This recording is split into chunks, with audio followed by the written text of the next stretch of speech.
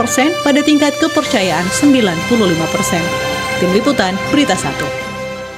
Dan pemirsa, kita akan membahas hasil survei terbaru dari Indikator Politik Indonesia mengenai 3 lembaga negara dengan tingkat kepercayaan publik tertinggi, yaitu ada TNI, Presiden, dan Kejaksaan Agung. Dan sudah bergabung bersama kami, sudah ada peneliti utama Indikator Politik Indonesia, Mas Bawono Kumoro, kemudian juga tenaga ahli utama Kantor Komunikasi Kepresidenan, sudah ada Kang Ujang Komarudin, dari pengamat militer ISES juga sudah ada Mas Hairul Fahmi, dan juga anggota Komisi 1 DPR, fraksi PKB sudah ada Bang Soleh. Selamat malam Bapak-Bapak sekalian.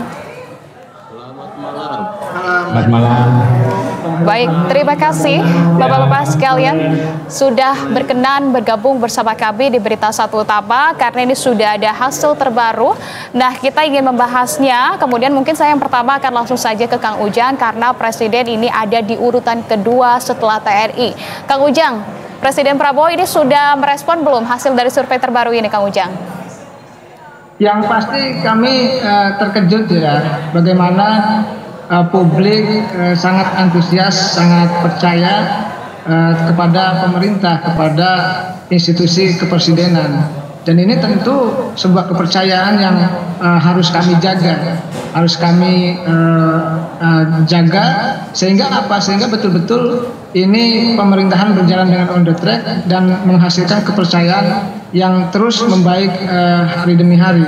Dan kami yakin jika kami bekerja dengan baik, jika kepresidenan itu berjalan dengan baik kinerjanya, maka ya publik akan terus percaya, dan kepercayaan itu menjadi penting. Banyak negara-negara yang hancur, negara-negara yang gagal itu karena memang kepercayaan publiknya rendah. Dan kami bersyukur atas survei tersebut. Artinya rakyat Indonesia, masyarakat Indonesia sangat objektif dalam menilai kondisi pemerintahan hari ini. Kan banyak tuduhan-tuduhan yang mendiskreditkan kepada kami, tapi kami ingin menunjukkan dengan kerja yang baik, dengan kerja yang terukur, dengan kerja yang berpihak kepada kepentingan rakyat. Oleh karena itu ketika survei itu dirilis oleh Indikator, bagi kami ini sebuah sesuatu yang mengejutkan dan tentu harus disyukuri, dan ini memicu kami agar bekerja lebih baik lagi sehingga betul-betul secara institusional, secara kelembagaan kepresidenan ini hari demi hari, bulan demi bulan, tahun demi tahun bisa lebih dipercaya lagi oleh masyarakat Indonesia. Oke, baik. Nah, tapi sebagaimana yang disampaikan juga oleh pihak Indikator, begitu ya, ini bukan approval atas kinerja juga. Nah, Mas Wono mungkin bisa dijelaskan sebetulnya kemudian yang dari Indikator ini juga menyebutkan bahwa yang diukur adalah tingkat kepercayaan, begitu, bukan approval atas kinerja. Tapi bagaimana kemudian kami bisa memahami bahwa benang merah antara kemudian juga ini citra institusi dan juga kepuasan publik terhadap performanya sebetulnya seperti apa, Mas Bawono? Ya, terima kasih Mbak Anissa ya.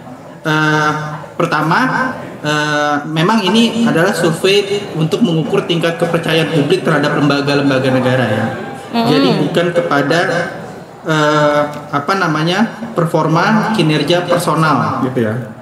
Nah, yang kedua, dalam setiap survei yang kami lakukan, survei nasional yang kami lakukan, baik itu tatap muka maupun survei telepon, kami selalu melakukan pengukuran trust publik terhadap lembaga-lembaga negara gitu ya.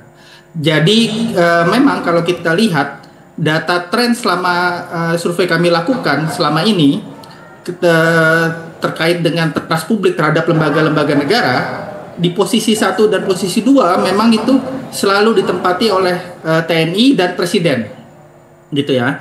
Kedua lembaga negara ini selalu menempati posisi pertama dan kedua sepanjang survei yang kami lakukan selama ini, sejak reformasi bergulir gitu ya sampai sekarang. Nah, ini sebenarnya bisa dinilai begini, publik mengapresiasi bahwa setelah reformasi bergulir masuk ke dalam keterbukaan, demokratisasi, itu kan TNI kembali kepada dalam hal konteks TNI ya, TNI kembali kepada fungsi awal utamanya, pertahanan keamanan, tidak lagi menjalankan fungsi politik dan sebagainya gitu ya. Nah, publik mengapresiasi itu. Sementara dalam konteks lembaga kepresidenan, publik juga mengapresiasi bahwa lembaga kepresidenan ini di era reformasi itu terbuka, tidak lagi penuh misterius misalnya gitu ya, seperti di era Orde Lama, Orde Baru sebelumnya, di era yang minim keterbukaan, minim misalnya kritik publik terhadap lembaga kepresidenan itu kan dulu tidak ada gitu ya. Sementara di era reformasi, di era keterbukaan seperti saat ini, itu sangat dimungkinkan bagi publik melakukan kritik-kritik terhadap kepemimpinan presiden, lembaga presiden dan sebagainya. Nah itu yang membuat kenapa kemudian data tren survei kami menunjukkan bahwa lembaga TNI gitu ya, institusi TNI dan institusi kepresidenan itu berulang kali menempati posisi 2 besar dalam hal trust publik kepada lembaga-lembaga negara. Gitu Mbak Nisa. Oke, baik. Nah, kalau begitu saya ingin ke Bang Soleh. Bang Soleh, ini di DPR juga menjadi salah satu lembaga legislatif yang diikuti survei juga begitu ya, dengan tingkat kepercayaan publiknya ini mencapai jauh juga di bawah TNI. Bang Soleh, ada TNI 85%, Presiden 82%, hanya sekitar 71% publik yang menyatakan percaya, bahkan sangat percaya 7,7%. Bang Soleh, bagaimana Komisi 1 merespon hal ini, terutama dari TNI yang juga berada di bawah pengawasan Komisi 1 ya? Kalau DPR sendiri melihat hasil survei ini seperti apa, Bang Soleh?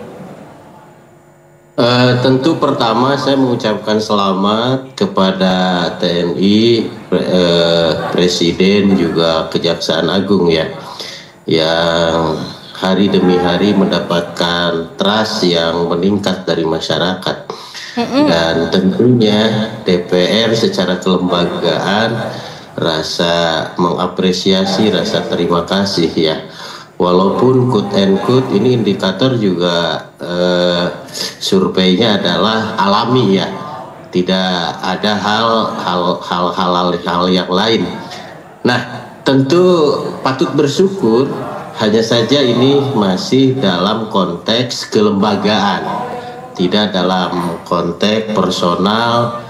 Contohnya seperti TNI kan ada 4 matra, ada AL, ada AU gitu kan, ada AD, ada yang lainnya juga. Nah, mudah-mudahan indikator juga besok lebih spesifik, bisa mensurveinya sehingga kita bisa melihat mana-mana yang harus diperbaiki. Nah itu yang pertama. Yang kedua, rasa terima kasih juga kepada masyarakat yang telah memberikan trust kepada DPR walaupun rankingnya di bawah TNI. Namun demikian, kepercayaan ini akan kami jaga dan terus kami akan perbaiki ke depan bagaimana agar DPR ini betul-betul rumahnya rakyat Indonesia untuk menyampaikan aspirasi. Karena sesungguhnya ya DPR, parle ini untuk berbicara, menyampaikan aspirasi-aspirasi yang baik yang terjadi, sedang dan yang akan kita rencanakan bersama agar apa? Agar pembangunan Indonesia, dalam hal ini Astacita Presiden Republik Indonesia Pak Prabowo ini betul-betul ada dalam koridor yang betul, yang baik gitu.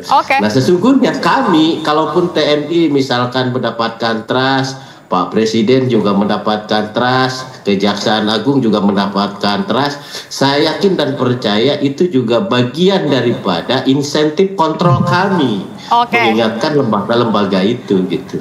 Ya, oke baik. Tentunya kalau di DPR begitu tetap mengapresiasi dan kemudian juga menunjukkan respon reflektif begitu ya. Nah, saya ingin ke Mas Hairul. Mas Hairul, tapi kalau melihat TNI selalu ada di posisi pertama, di jajaran pertama yang mendapatkan kepercayaan dari publik, kalau Anda melihatnya seperti apa? Apa yang menjadi kunci konsistensi kepercayaan publik terhadap TNI selama ini, Mas Hairul?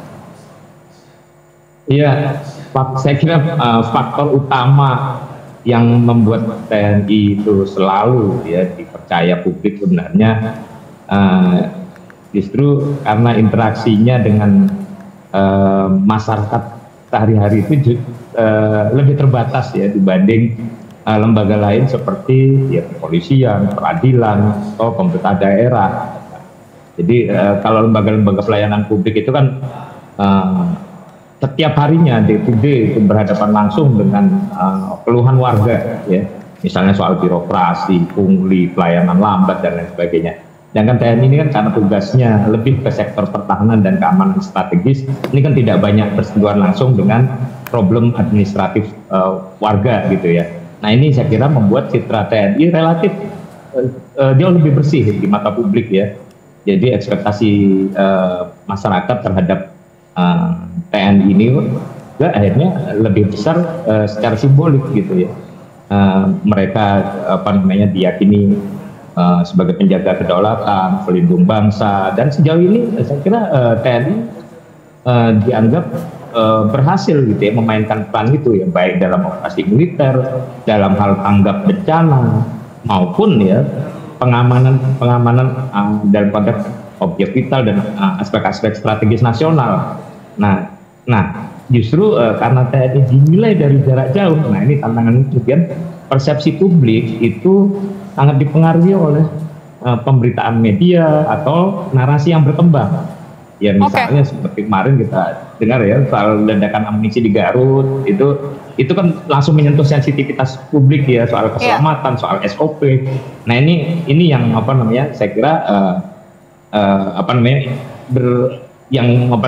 bisa mempengaruhi ya, naik turunnya tingkat kepercayaan publik terhadap TNI ini. Iya, Mas Hairul, tapi bagaimana di satu sisi TNI ini kemudian dipercaya publik, tapi di sisi lain juga muncul isu-isu sensitif begitu ya, seperti yang Anda sampaikan tadi, ada laporan intimidasi, kemudian juga ada yang mencoba mengkritisi polisi militer di jabatan sipil untuk kemudian mendapatkan intimidasi juga. Apakah kemudian dengan antara kepercayaan, kemudian juga adanya isu-isu sensitif ini, apakah tidak menimbulkan suatu hal yang kontradiktif begitu ya, suatu hal yang saling bertolak belakang? Ya memang ini tantangan ya, tapi sejauh ini kan ternyata masih berhasil mempertahankan tingkat kepercayaan publik yang tinggi ya. Itu memang harus diakui ya, persepsi publik terhadap TNI ini tadi saya katakan sangat bergantung pada narasi, pada citra, kemudian kejadian-kejadian besar yang muncul di media. Jadi ketika muncul 1-2 isu itu misalnya, kemudian dampaknya bisa cukup besar terhadap tingkat kepercayaan ya. Itu karena publik tidak menilai dari pengalaman langsung, tapi dari persepsi kolektif. Nah, itu. Nah, karena itu makanya kemudian saya kira penting dan terus harus diingatkan pada TNI untuk terus menjaga profesionalisme, kemudian memperkuat komunikasi publiknya. Jadi bukan hanya hadir di lapangan, tapi juga hadir di ruang wacana gitu ya, supaya jangan sampai persepsi publik terhadap TNI itu kemudian lebih dulu dibentuk oleh pihak luar gitu ya, karena TNI-nya cenderung diam atau terlambat merespon. Itu yang kira menjadi PR. Baik. Tingkat kepercayaan publik kan dari situ ukurannya. Oke, baik. Tapi bagaimana dengan kejaksaan kalau Anda menanggapinya, Mas Hairul? Iya, ya belakangan kejaksaan juga begitu ya, kejaksaan terkait terkait kejaksaan ini kan saya kira belakangan juga jadi makin tinggi itu kan karena ada tindakan-tindakan yang dinilai nyata gitu ya, terutama kasus-kasus besar yang ditangani secara serius gitu. Ini kan memberikan kesan bahwa penegakan hukum ini mulai bergerak ke arah yang lebih baik ya. Tapi lagi-lagi kita perlu ingatkan bahwa PR-nya masih panjang gitu, sehingga yang kemudian harus dijaga sekarang ini kan konsistensinya ya. Jangan sampai kemudian publik menganggap ini hanya tindakan simbolik gitu ya. Kemudian ya saya kira kejaksaan juga harus menunjukkan bahwa mereka bisa menindak siapa saja, tidak terpengaruh tekanan politik dan tetap profesional ya. Itu yang penting dari tingkat kepercayaan itu kemudian berkembang menjadi ekspektasi kan. Baik. Gitu. Oke, baik. Kalau begitu saya ingin ke Mas Bawono. Nah, Mas Bawono, tadi kita sudah bahas soal kemudian bagaimana TNI bisa menempati posisi pertama selalu begitu ya. Tapi apa faktor utama yang kemudian mengarahkan publik juga untuk percaya kepada Presiden namun masih ragu terhadap DPR ataupun partai politik, Mas Bawono? Iya, sekali lagi ini kan trust publik terhadap lembaga ya. Jadi tidak sangat dipengaruhi bagaimana kinerja atau track record gitu ya, yang dicatatkan oleh lembaga tersebut.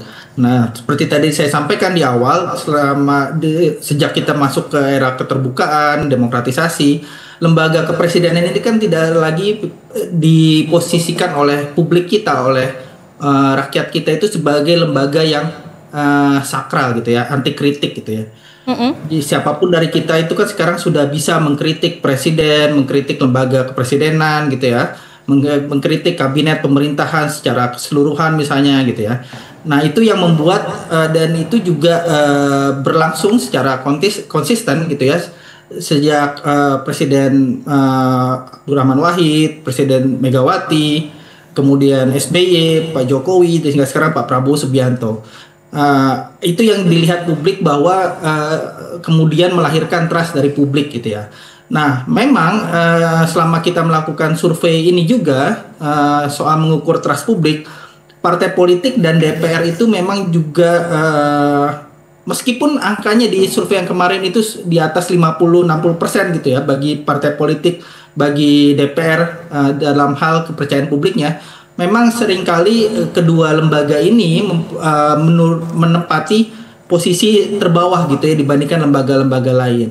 Nah, saya pikir juga ini terkait dengan misalnya bagaimana PR-PR reformasi partai politik gitu ya yang belum tuntas sejak era reformasi bergulir pada 98, 99 hingga sekarang itu kan masih ada pekerjaan-pekerjaan rumah yang belum diselesaikan gitu ya oleh institusi partai politik gitu ya dalam hal bagaimana mereformasi dirinya, membuat lebih terbuka dalam misalnya pengelolaan pembiayaan politik, anggaran kampanye dan sebagainya, juga dalam hal pencalonan gitu ya dan hal lain-lain. Itu yang kemudian membuat partai politik seringkali memperoleh tingkat trust yang lebih rendah dibandingkan lembaga-lembaga lain gitu ya. Nah, imbasnya kemudian tentu saja akan berimbas kepada penilaian publik juga terhadap DPR. Karena DPR ini kan juga berisi dari para elit-elit di partai politik, kadar-kadar partai politik yang terpilih melalui pemilu yang demokratis gitu ya. Nah, saya pikir untuk bagaimana caranya untuk menaikkan trust publik, membuat trust publik terhadap DPR semakin tinggi, maka tidak lain jalannya adalah mereformasi partai politik kita agar semakin lebih baik, semakin lebih terbuka dalam beberapa aspek. Misalnya tadi saya sampaikan aspek pembiayaan politik gitu ya, aspek keterbukaan dalam pencalonan kadar-kadar di pejabat publik dan sebagainya. Kalau reformasi internal di partai politik itu sudah berlangsung dengan baik, tentu saya pikir, saya yakin juga imbasnya akan positif pula kepada DPR RI sebagai lembaga negara yang berisi kader-kader elit-elit partai politik. Mas Bawono, tapi kalau kita lihat ini kita belum ada 1 tahun berjalan dari kepemerintahan Presiden Prabowo Subianto, begitu, akan tetapi kepercayaan masyarakat ini sudah meningkat tinggi terhadap pemerintahan Presiden Prabowo Subianto, begitu kepresidenannya. Apakah dengan jangka waktu yang cukup pendek, cukup singkat, ini bisa mencerminkan juga bahwa performa dari kepresidenan kita yang di periode saat ini cukup bagus, terbilang seperti itu tidak, Mas Bawono? Ya, Mbak Nisa, sekali lagi saya sampaikan bahwa survei ini adalah mengukur trust publik terhadap lembaga kepresidenan gitu ya. Jadi bukan mengukur approval rating atau kinerja presiden. Ya, itu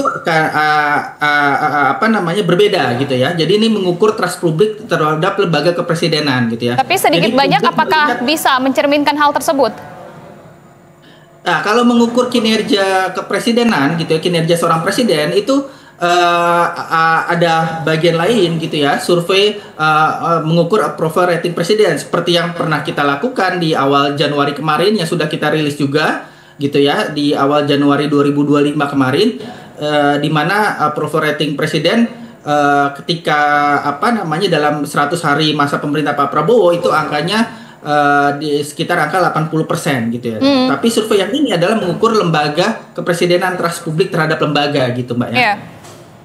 Artinya memang kalau disimak begitu ya dari jawaban Anda tadi, keterbukaan, transparansi ini tentunya yang menjadi kunci. Nah, saya ingin ke Kang Ujang. Kang Ujang, dari survei indikator ini menunjukkan juga kepercayaan publik kepada Presiden yang masih sangat tinggi, 82,7%. Kang Ujang, kalau dari ruang Presiden, faktor utama untuk menjaga begitu kepercayaan publik ini tetap stabil ya, Kang Ujang, di tengah berbagai dinamika yang kita tahu sudah terjadi, sebetulnya apa Kang Ujang untuk menjaga itu?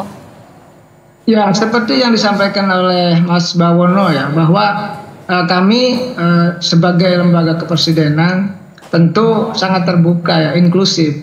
Karena bagaimanapun publik hari ini bisa menilai kami dari banyak sudut pandang. Jadi kalau kami umpamakan kami ini pemerintah, institusi kepresidenan, itu dinilai oleh publik seperti di akuarium. Jadi dari berbagai macam sisi akan terlihat mana bolong-bolong, mana minus-minus, gitu, mana yang kurang, mana hal-hal yang problematik, itu tentu akan terlihat oleh publik. Oleh karena itu, ini modal besar dan modal dasar ya bagi kami tadi untuk bisa lebih dipercaya lagi, di saat yang sama juga agar kami bekerja dengan baik ke depan. Jadi modal dasarnya trust, modal dasarnya kepercayaan yang tinggi tadi yang disampaikan oleh Bang Bawono. Nah, ke depan dengan trust ini tentu kami akan bekerja dengan baik. Jadi ukuran trust inilah ukuran yang objektif dari publik yang bisa kita nilai. Oleh karena itu kami yakin kalau ke depan kami terbuka gitu, kami juga bisa berinteraksi dengan rakyat dimanapun gitu, baik di darat, di udara, secara langsung maupun melalui online, maka ini akan membuat kami juga insya Allah ya lebih bisa dipercaya lagi ke depan. Prinsipnya kami akan terbuka kepada rakyat, apapun masalahnya akan dibicarakan dengan publik secara clear, secara gamblang, secara jelas, tidak ada yang ditutup-tutupi. Karena bagaimanapun manajemen yang baik adalah manajemen yang terbuka ya, transparan, yang itu bisa dinilai dan bisa diuji oleh publik. Insya Allah Mbak Anissa dengan cara kepemimpinan Pak Prabowo yang terbuka gitu ya, yang tegas, yang objektif, menegakkan keadilan, kebenaran, dan selalu bersama dengan rakyat. Lalu juga fokus kebijakan Pak Presiden juga selalu mementingkan kepentingan rakyat. Insya Allah kepercayaan itu mudah-mudahan ke depan terus meningkat. Oke, baik, artinya transparansi dan juga keterbukaan ini yang kemudian menjadikan juga Presiden begitu ya semakin dipercaya oleh masyarakat, dan kepercayaan yang sudah diberikan oleh masyarakat ini sepertinya menjadi vitamin juga begitu ya bagi kepresidenan untuk kemudian bekerja. Saya ingin ke Bang Soleh. Bang Soleh, kalau kita lihat meskipun TNI kemudian menduduki tempat pertama yang memiliki kepercayaan dari hati masyarakat begitu ya, akan tetapi ini survei menunjukkan kepercayaan publik terhadap TNI menurun begitu ya dibandingkan dari 2 tahun sebelumnya. Pada tahun 2023 95%, namun saat ini menjadi 85%. Nah, Komisi 1 yang mengawasi fungsi TNI melihat penurunan ini seperti apa? Apa yang kemudian sebaiknya mungkin yang memang sudah menjadi catatan dari Komisi 1, Bang Soleh?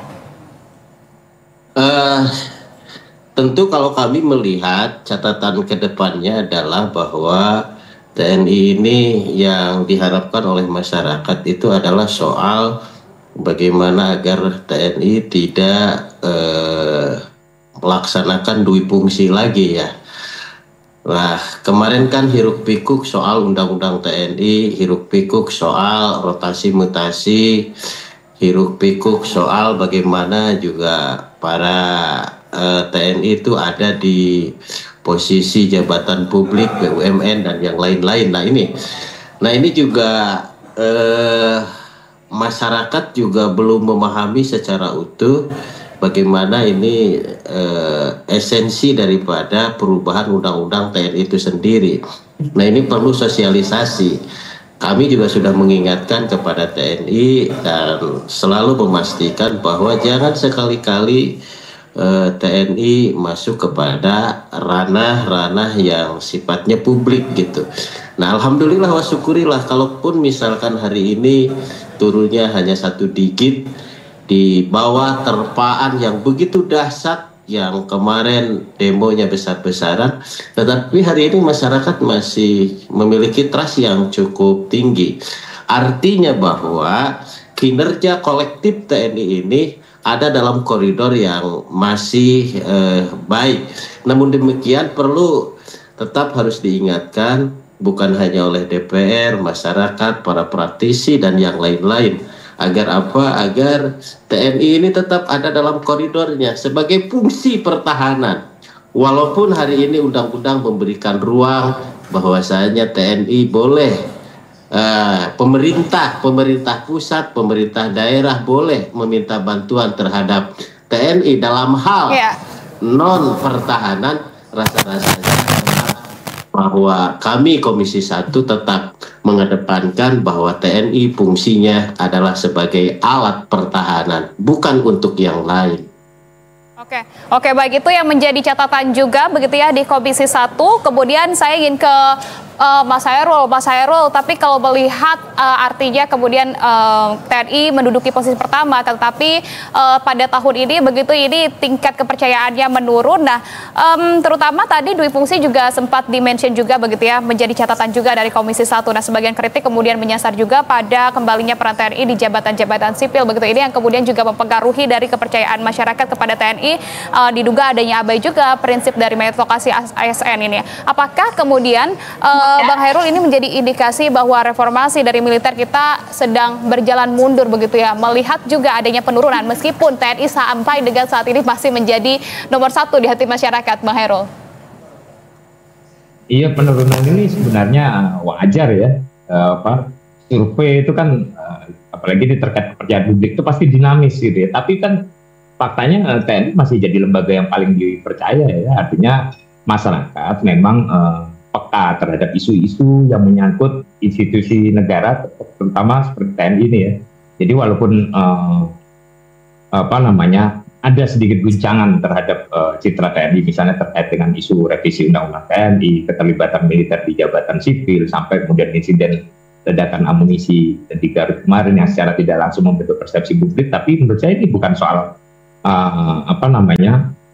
menurunnya kepercayaan, menurunnya ekspektasi gitu ya, tapi ini justru soal publik yang ingin TNI tetap netral, terbuka, tidak terseret ke ranah yang bisa menimbulkan kesan campur tangan politik atau campur tangan dalam urusan sipil. Jadi kita harus melihat dinamika tingkat kepercayaan publik ini sebagai alarm sehat, bukan tanda kepercayaan publik yang anjlok atau hilang gitu ya.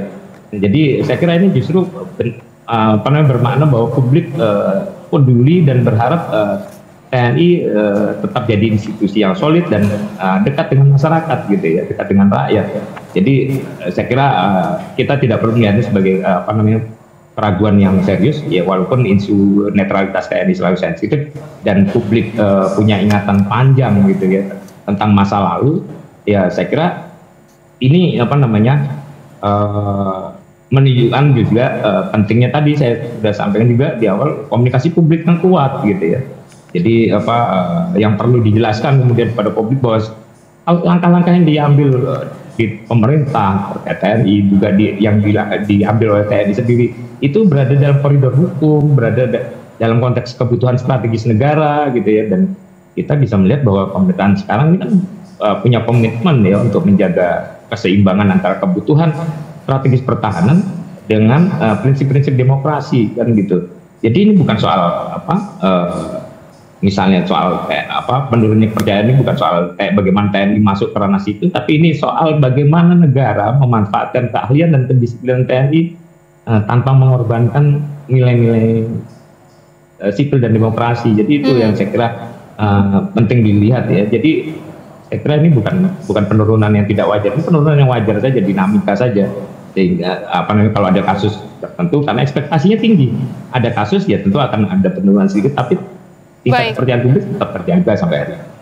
Oke, penurunan ini masih di tahap wajar begitu ya. Ada nilainya. Saya ingin ke Mas Bawono. Mas Bawono sebagai peneliti yang juga rutin begitu memotret kemudian persepsi publik, apa yang kemudian menurut Anda ini juga paling penting begitu ya dilakukan oleh lembaga negara agar kemudian angka kepercayaan ini tidak hanya tinggi tetapi juga mencerminkan juga kualitas hubungan yang sehat antara negara dengan masyarakat, Mas Bawono?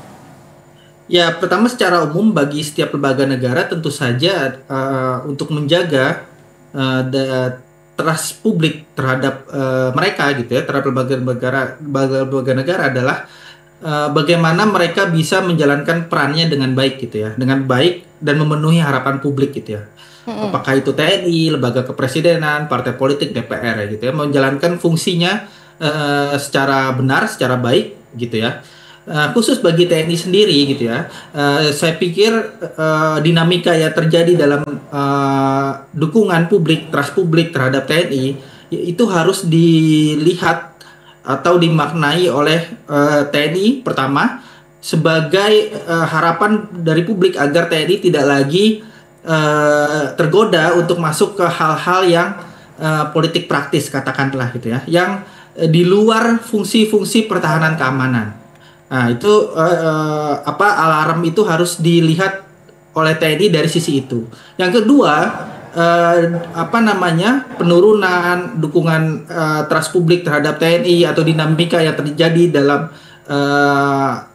kepercayaan publik terhadap TNI itu juga harus dilihat oleh para aktor-aktor politik sipil kita gitu ya, elit-elit politik kita di partai politik, di DPR.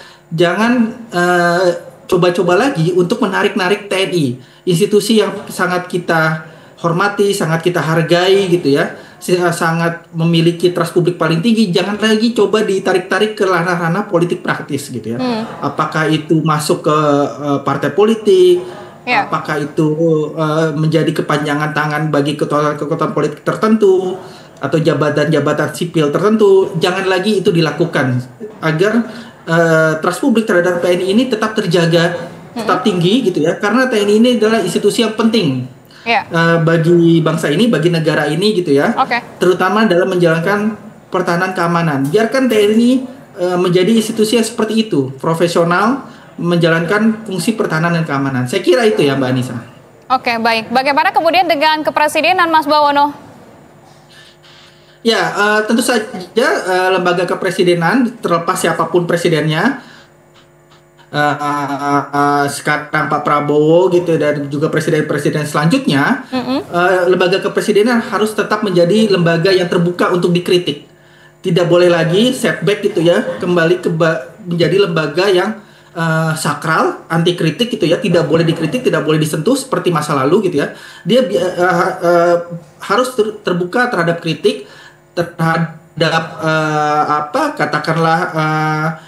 ketidakpuasan publik juga harus ditanggapi dengan secara proporsional, secara baik gitu ya, tidak perlu ditanggapi secara berlebihan. Saya kira kalau lembaga kepresidenan tetap dijaga seperti saat ini, terbuka terhadap kritik, bisa memperlakukan kritik publik dengan baik gitu ya, melihatnya sebagai sebuah obat untuk menyembuhkan penyakit gitu ya.